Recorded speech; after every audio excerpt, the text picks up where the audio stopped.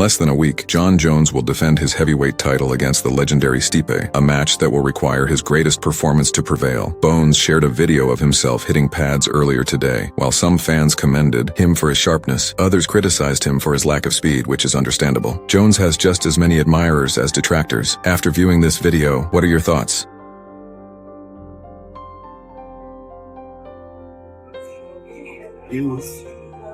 My hand defense.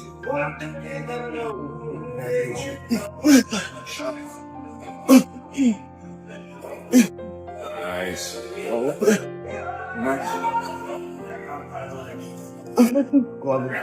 White.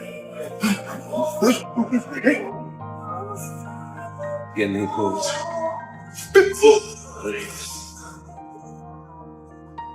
Fans are excited about the impending fight between Jones and Stipe, but there are differing views despite the high stakes involved in this matchup between two legends. A newer showdown with rising talent Tom Aspin is also being demanded by many fans. Fans who are anxious to watch a challenge from a new generation are excited by Aspin's recent performances, which have displayed explosive speed, power, and agility. In contrast to Stipe, who is nearing the end of his career despite his legendary status, Jones believes that a battle with a younger, more dynamic opponent like Aspin may be more explosive. Fans are eager to see where the heavyweight class will go next, and this argument just heightens their excitement. According to Daniel Cormier, Max Holloway shouldn't take on Dustin Poirier.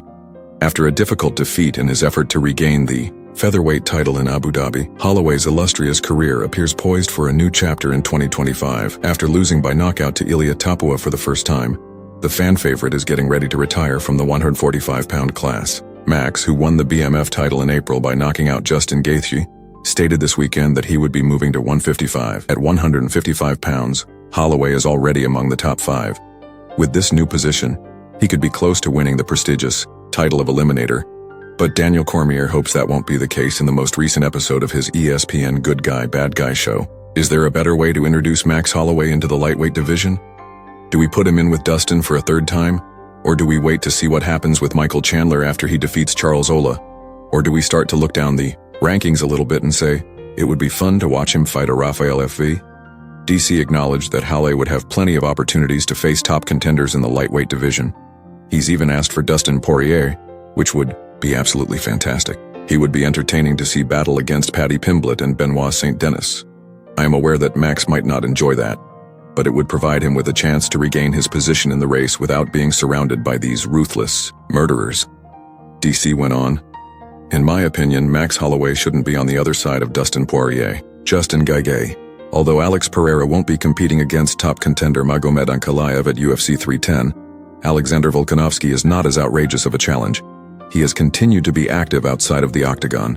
In addition, he is recuperating from a hand injury he suffered during the bout with Khalil Rountree, which did not prevent him from finishing in the 4th round. R's recuperation appears to be progressing more quickly than expected. He participated in a body shot challenge with a Brazilian YouTuber earlier this week. This stream was purportedly transmitted live across Brazil. Regretfully for the YouTuber,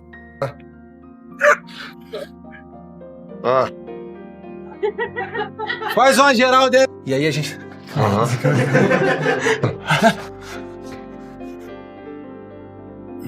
Tá bom, vambora. Ah, filha da... Os caras são muito filha da puta. Olha aqui. Ai, tá aí. Tá bom, fechar com 50 mesmo. Bora? Ai. Caralho.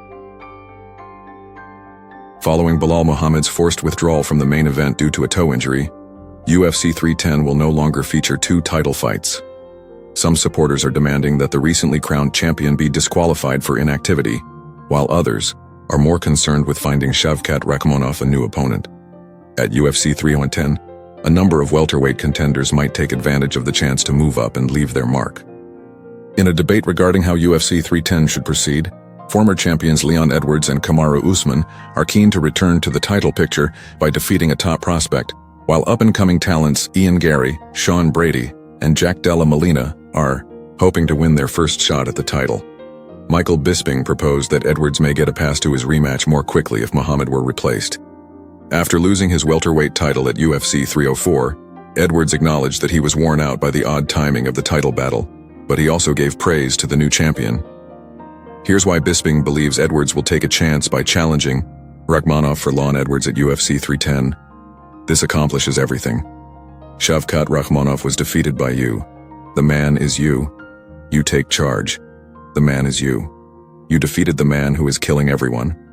For you, what does that accomplish? After that, you're back in the title discussion. Actually, it's likely that Belal Muhammad will rematch you.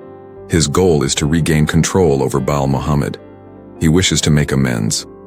More than anything else, he wants to regain his position as the world's welterweight champion and show the world and himself that he is the superior guy. In a recent interview with Safe Casino Sites, Tom Aspin offered his thoughts on how Stipe could defeat Jon Jones in their eagerly awaited title matchup. Aspin described the strategy he would use if he were Stipe trying to defeat Jones. I would be searching for what I would be hoping for with him as a knockout against Jon Jones. It's not like he can use the experience, Aspin replied, so I would be attempting to push him back and use his size. They both have the same amount of experience, but I would just be attempting to push him back and knock him out by utilizing my size against him. In my opinion, Stipe can knock out Jon Jones since he has a lot more knockout power than the latter. Many in the MMA community believe that backup fighter and interim heavyweight champion Tom Aspin should be given the opportunity to fight in a title unification match because of the impending battle between Jones and Stipe. Jones has implied that his battle with Stipe might be the last fight of his MMA career. Therefore, Aspin's dreams of battling the winner of the UFC 309 main event may not come to true. In spite of this, Tom has already planned his approach to Jones, who is renowned for his grappling-heavy, octagon-style pressure fighting. Originally scheduled for UFC 295 in November 2023, the Jones vs. Stipe fight was called off when Jones suffered a torn pectoral muscle. As a result, Aspin took the stage to battle Sergey Pavlovich for the interim heavyweight title.